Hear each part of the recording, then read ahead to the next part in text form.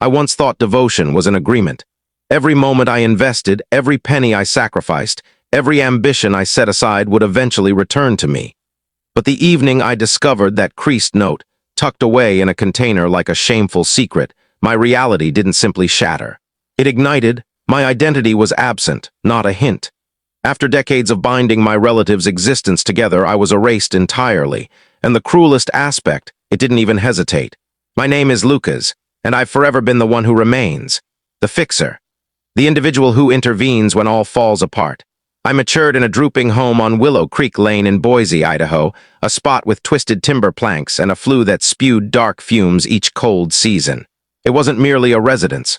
It was my prison, the sole entity I infused my essence into to maintain intact. I was 17 when I began taking additional work hours to assist my folks, Ellen and Frank, manage the lease. I'd slog through frosty mist to seal the fractured panes, reconnect the humming sockets, or transport logs to sustain the warmth. My hands were scraped, my savings a distant recollection, but I accomplished it, since that's what one does for kin, right? Each Friday, I'd perch at their marred oak table, the one bearing blade marks from years of heedless meals, organizing their jumble of invoices.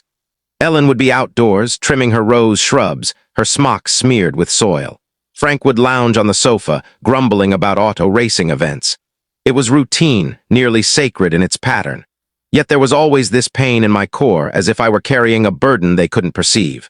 My sibling, Dylan, was the antithesis. The nomad, perpetually pursuing some transient thrill. A journey blog, a digital currency scheme, a partially completed music performance. He'd saunter in, full of smiles and grand schemes, then disappear, leaving me to clean the aftermath.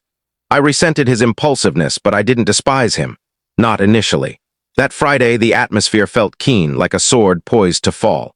Ellen passed me a tangle of documents, her palm grazing mine.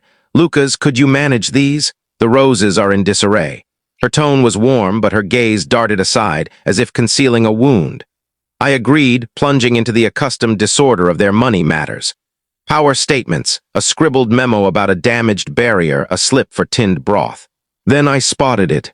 A slim, cream-colored envelope, the type that bears significance before you even grasp it. The envelope was sealed with adhesive, but the phrases last will and testament stared boldly at me. My pulse raced.